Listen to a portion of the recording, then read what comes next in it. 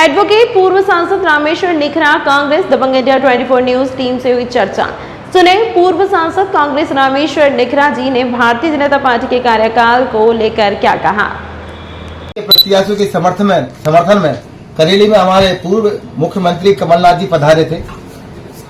बाबूजी, आपका इस कार्यक्रम के बारे में कांग्रेस के लिए क्या संदेश है? देखो, मैं पूरे प्रदेश की बात कर रहा हूँ। पूरे प्रदेश में कांग्रेस बहुत अच्छे बहुमत के साथ जीत रही है, चाहे वो नरसिंहपुर हो, चाहे वो कोई भी विधानसभा को उठा लें, हर तरफ से कांग्रेस जीत रही है।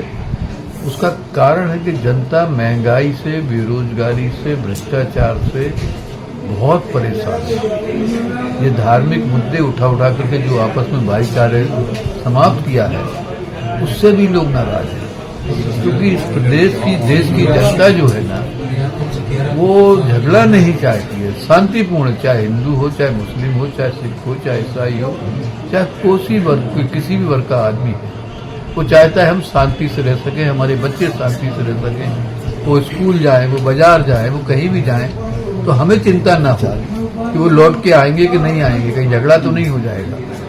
तो इसकी वजह से, और ये सारा वातावरण बनाया हुआ है इन सब में बीजेपी ने, इससे लोग बीजेपी से बहुत नाराज कर रहे हैं। महंगाई कहाँ से कहाँ पहुँचा दी।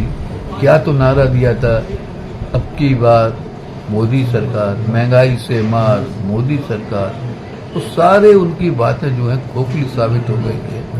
शिवराज सिंह इतना बोले हैं कि 25,000 घोषणाओं में से उनको खुद ही याद नहीं है कि 22,000 घोषणाओं का क्या हुआ, क्या नहीं हुआ। तो ये सब चीजें जो है वो कांग्रेस की राय को आसान कर रही है। मध्य प्रदेश में 223 विधानसभा सीटें हैं, इसमें कांग्रेस कितनी सीटें निकाल करके ला रही है? मेरा समझता है कि 135 से 150 तक सीटें आएंगी डेफिनेट। हाँ। बाबूजी, एक चीज बताइए, अभी जैसे भाजपा में अटल बिहारी वाजपेयी थे, उनको आप क्या मानते हैं? अटल बिहारी वाजपेयी को कैसा मानते हैं? वो कभी झूठ नहीं बोलते थे। उन्होंने एक चीज कहा था, उनका स्लोगन था स्वास्थ्य, सुरक्षा और शिक्षा। हाँ। तीन चीजें, कोई भी राजा बने, कोई भी मुख्यमंत्री बने, प्रधानमंत्री बने, तीन चीजें कहीं ना कहीं फ्री मुहैया करानी चाहिए। लेकिन इसके बावजूद बहुत सारी चीजें, यही नारा इंदिरा गांधी का रहा, यही नारा अपने राजीव गांधी का रहा, पंडित जवाहरलाल नेहरू से लेकर कांग्रेस के सारे प्रधानमंत्रियों को यही नारा था जी।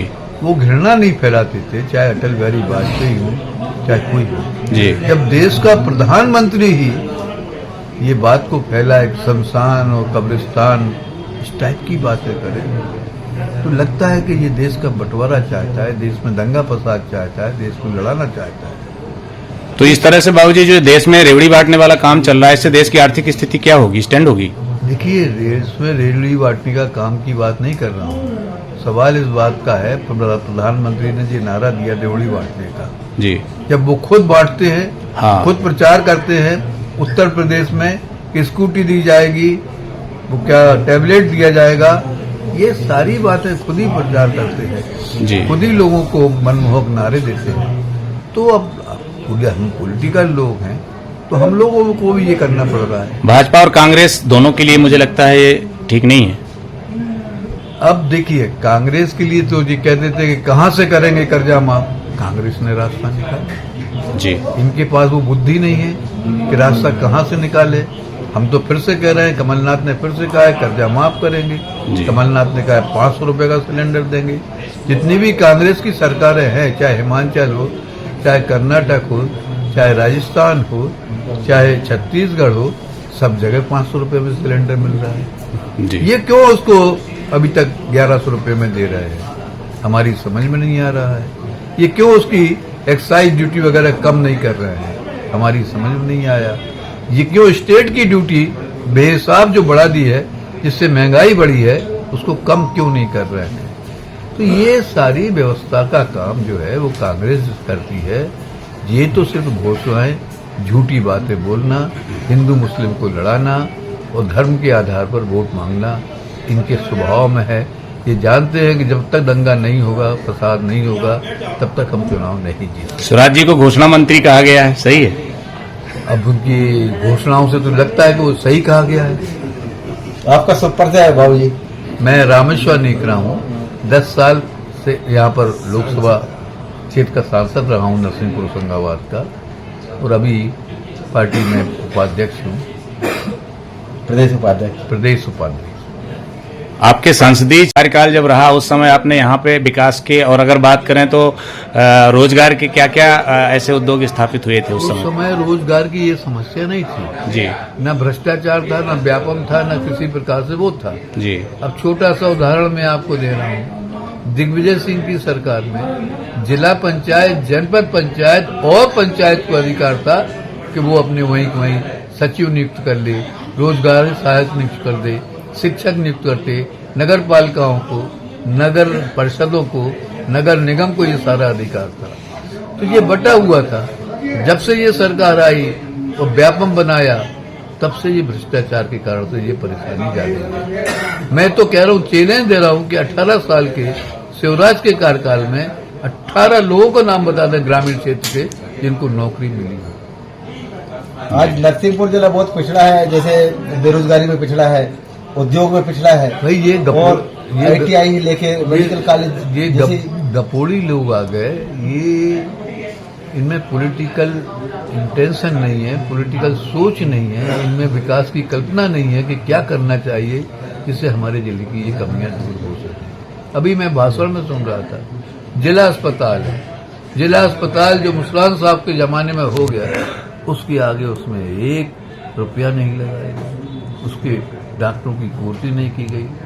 ये सब बातें हैं इनकी जबरदस्त तैयारी के साथ, क्योंकि कहते हैं ना, जो कुछ चीजें ली जाती हैं बुजुर्गों से, तो अभी उम्र भी मुझे लगता है लगभग 75-80 तो होगी। आपकी उम्र क्या हो गई? उम्र तो मेरी 76 कंप्लीट हो गई है, 76 कंप्लीट हो गई है। 77 में चल रही है, पर मैं अपने आप को बुजुर्ग नहीं मानता। आज से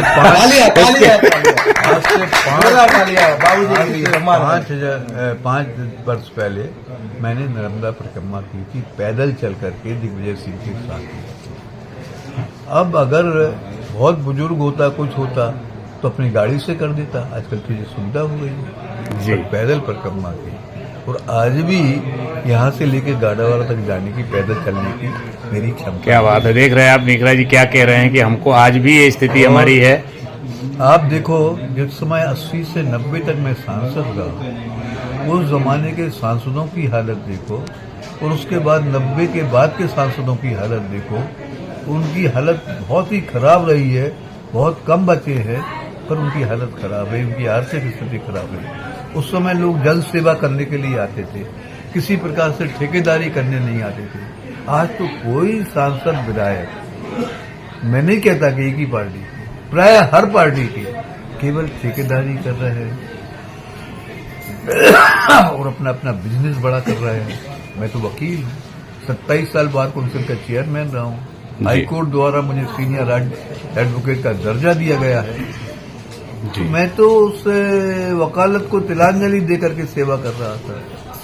तो आज भी इस नरसिंहपुर जिले में, होशंगाबाद जिले में कोई व्यक्ति नहीं मिल सकता कि उस जमाने के लोग, चाहे वो विनय कुमार दीवान हो, चाहे वो विनय दुबे हो, चाहे वो दूसरे किसी भी आपको देख लें, आप किसी के पास में कोई बिजनेस नहीं था, अभी भी बिजनेस नहीं। 100% की एक बात आप देखें, अभी दबंग इंडिया से हमारी चर्चा, चैनल से चर्चा कर रहे थे पूर्व सांसद रामेश्वर निकरा जी, और उन्होंने अपने उम्र के लिहाज के हिसाब से बोला कि अभी भी मेरी जो इम्यूनिटी है, मेरी जो कैपेसिटी है वो ऐसी है कि मैं अभी भी गाड़रवाला पैदल जा सकता हूं। और उन्होंने स्पष्ट किया है कि कांग्रेस, बाबूजी कांग्रेस कितनी सीटों से मध्य प्रदेश में आ रही है? मैं समझता हूं 135 से 150 के लिए। 135 से 150 सीटों से मध्य प्रदेश में कांग्रेस की सरकार बनने जा रही है। और सरकार का जो एजेंडा है, जिस तरह से वचन पत्र आया है, वो कब तक लागू होगा? विजयश्री के बाद? विजयश्री के बाद तत्काल कैबिनेट की मीटिंग होगी। पहले तो मुख्यमंत्री के ऊपर रहता था जी। आजकल तो हमारे देश में सोनिया गांधी, राहुल गांधी, प्रियंका गांधी सामने बैठ करके दस्तखत कराते हैं और तारीख दे देते कि इस तारीख से शुरू करो, आप इस तारीख से 500 रुपए में सिलेंडर होगा, इस तारीख से अपना ये 1500 रुपया महिला को मिलेगा, इस तारीख से कर्ज माफी की शुरुआत होगी। ये सब बातें जो है ना, वो खुद ही राहुल गांधी अपने आप में इसमें रुचि लेते हैं। जय, आपने देखा, आपने सुना, ये एक्सक्लूसिव रिपोर्ट थी हमारी दबंग इंडिया 24 से उप संपादक राजू सिंह राजपूत मध्य प्रदेश के साथ हमारे जिला संवाददाता राजेंद्र श्रीवास्तव और करेली संवाददाता भुजबल सिंह राजपूत।